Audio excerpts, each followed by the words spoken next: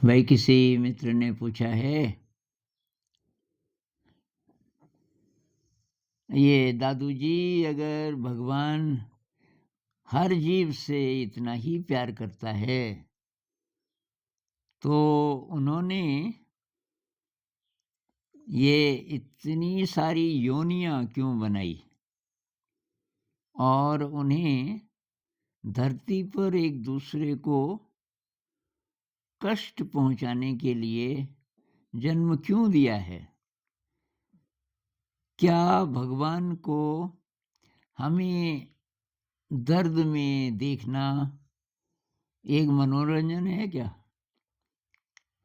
काफ़ी इंटरेस्टिंग सवाल है कि ये भगवान जी का कोई मनोरंजन तो नहीं है कि धरती पे भेज दो इन जीवधारियों को और ये कष्ट में जब तड़पते हैं तो भगवान जी को खुशी होती है।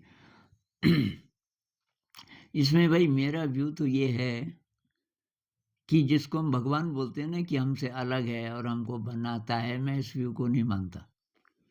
अब कुछ लोग मेरे से नाराज़ होते हैं कि उस ग्रंथ में ये लिखा है, उस ग्रंथ में ये लिखा है।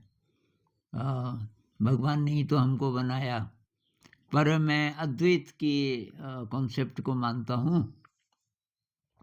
अद्वैत में कहते हैं दो नहीं है, जो बनाने वाला है वो हमसे अलग नहीं है।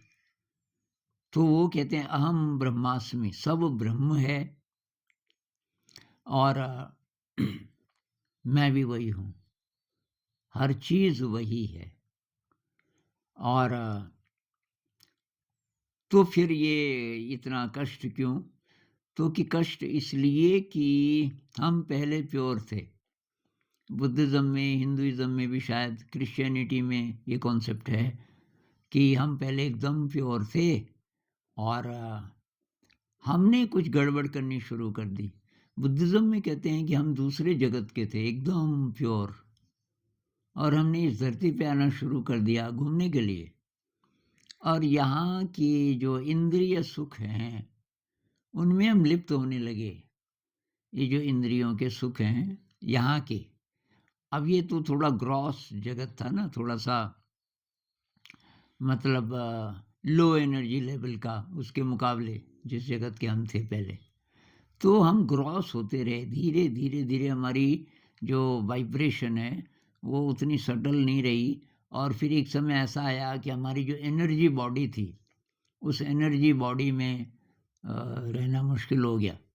तो हमको तब ये शरीर मिला। मिला मतलब उसका रिज़ल्ट था ये कि ग्रॉस कर रहे हैं, कर रहे हैं, कर रहे हैं, तो उस ग्रॉसनेस को पचाने के लिए ग्रॉस शरीर का होना ज़रूरी है। तो तब ये शरीर मिला और हम डिग्रेड होते ही रहे, होते ही रहे। हो सकता है डिग्रेडेशन के ही कारण फिर मनुष्य से भी नीचे जाने लगे और प्राणी बनने लगे। तो फिर अब ये है कि कष्ट में है। अगर हम ये व्यू मान लें जो बुद्धिज़्म का व्यू है कि जो भी कष्ट आपको हो रहा है वो फल है, कोई सज़ा नहीं दे रहा है आपको, वो फल है आप ही के कर्मों का।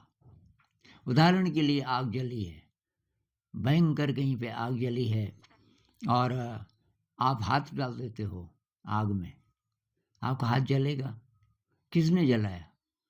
आप ही ने जलाया। अब अज्ञानता के कारण, किसी भी कारण से आपने आग में हाथ डाला, या एक्सपेरिमेंट करने के लिए या वायलेट करने के लिए किसी की बात को। मम्मी ने बोला कि बेटा आप छोटे हैं, मान लीजिए 3-4 साल के, आग है उसमें हाथ मत डालना। अब आप थोड़ा-सा उपद्रवी किस्म के बच्चे हैं कि ना मैं तो डालूँगा, हाथ डाला जल गया।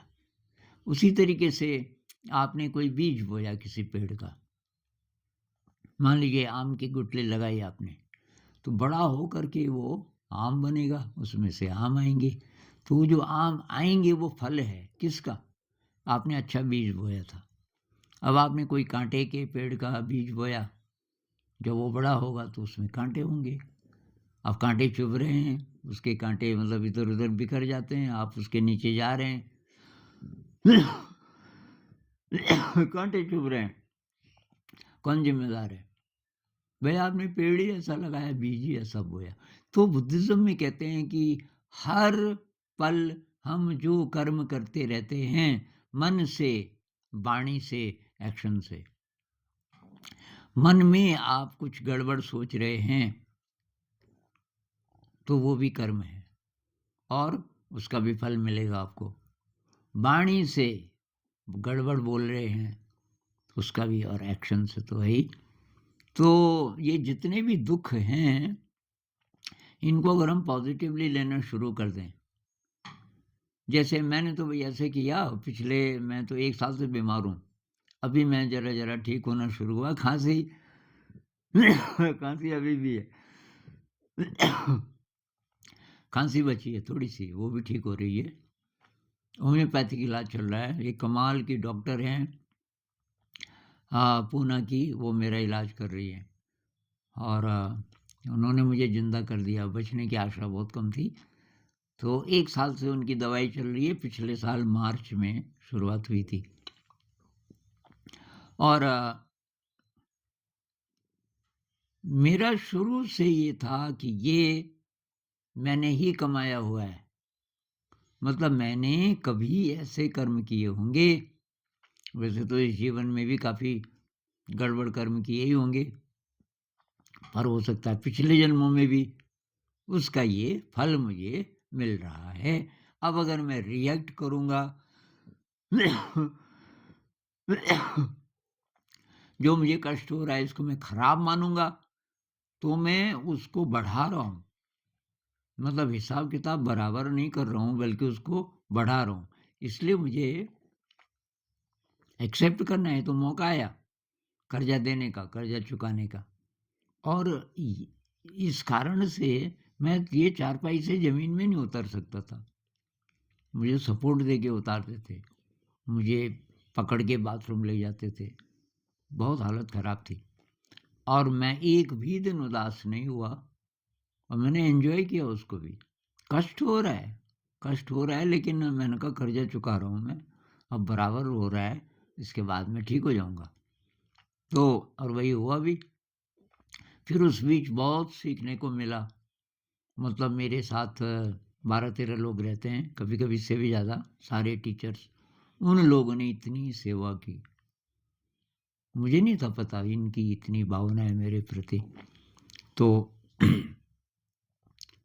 मैं सोचता था अच्छे हैं, पर मतलब इतनी केयर करेंगे ये तो आशा नहीं थी मेरी। और मेरे साथ रात को मतलब 24 घंटे फिर ये लोग रहने लगे बारी-बारी से। फिर एक टीचर हैं तो उन्होंने बोला कि भई मैं ही रहूँगा इनके साथ, आप लोग पढ़ाई वगैरह, मैं और कुछ नहीं करूँगा, लेकिन स्कूल नहीं जा पाऊँगा इस बीच। और कई महीने 24 घंटे मेरे साथ रहे। मुझे दवाई देना, मेरे लिए फल काट कर के लाना और ये सब कुछ। तो दुःख को भई खराब मत मानो, कष्ट को खराब मत मानो, चाहे कितना भी। अभी अजान शाह थे, एक बुद्धिस्ट मंक, आखिरी 10 सालों में ज़िंदगी के 10 साल तक वो बीमार रहे और उनके माथे पे कोई शिकन नहीं। रमन महर्षि जी को कैंसर हो गया था आखिरी कुछ सालों में। उनके वो फ़ोटोज़, आखिरी फ़ोटोज़ आप देखना। तो लेकिन उन्होंने कहा ये तो शरीर को हुआ, मुझे थोड़ी हुआ, मैं तो ठीक हूँ। ख़ैर वो बहुत हाई एनर्जी लेवल पे थे, पर हम जो सामान्य लोग हैं, ये अप्रोच अगर हम रखें कि भई ये जो कष्ट आया है, इसको वेलकम करें, इसको रिएक्ट ना करें। ये ना बोलें कि ये मेरे ही साथ क्यों हुआ? ये भगवान जी ने मेरे ही साथ नाइंसाफ़ी कर दी। कुछ लोग तो बहुत ज़्यादा गुस्सा हो जाते हैं कि कोई अगर है शक्ति, तो कैसी शक्ति है कि मेरे साथ ऐसा हो रहा है। भई एक्सेप्ट करो कि ये कर्जा चुकाने का टाइम आ गया। एक्सेप्ट करोगे तो पॉज़िटिव कई चीज़ें सीखने को आपको मिलेंगी, क्योंकि सुख में हम ज़्यादा नहीं सीखते, बहुत कम लोग हैं जो सुख का सदुपयोग कर पाते हैं। तो दुःख हमें याद दिलाने के लिए आता है कि भई ज़िंदगी बहुत सीमित है और जब तुम ठीक-ठाक होते हो, तो तब तुम ध्यान करते हो, तब तुम अहंकार के पार जाने की कोशिश करते हो, ये याद आती है उस समय। मैं भी ध्यान नहीं कर पा रहा था। मेरा अच्छा ध्यान बैठ के ही होता है और टाइम भी माइंडफुल रहने की कोशिश करता हूँ, लेकिन ये बैठ के मेरा ज़्यादा अच्छा होता है। बैठा ही नहीं जा रहा था, सीधा मैं बैठ ही नहीं, कई महीनों तक मैं ऐसे नहीं बैठ पाया, जैसे अभी बैठा हूँ सीधा। तब मुझे याद आता था कि जब मैं बैठ सकता था, तो जितना ध्यान मैं कर सकता था उतना तो नहीं किया। अब मैं ठीक हो जाऊँगा, तो मैं बहुत ध्यान करूँगा। तो अभी कुछ समय से, कुछ हफ्तों से ध्यान अच्छा होने लग गया, क्योंकि मैं सीधा बैठ ले रहा हूँ। तो वही दुःख का सदुपयोग करो और किसी को दोष मत दो, क्योंकि अपने को भी दोष मत दो। आप ही के अकुशल कर्म, बुद्धिज़्म में बोलते हैं अकुशल कर्म, दुष्कर्म भी नहीं बोलते। अकुशल कर्मों का ये फल है, उसको एक्सेप्ट करो। हाँ, और तब आसान हो जाता है।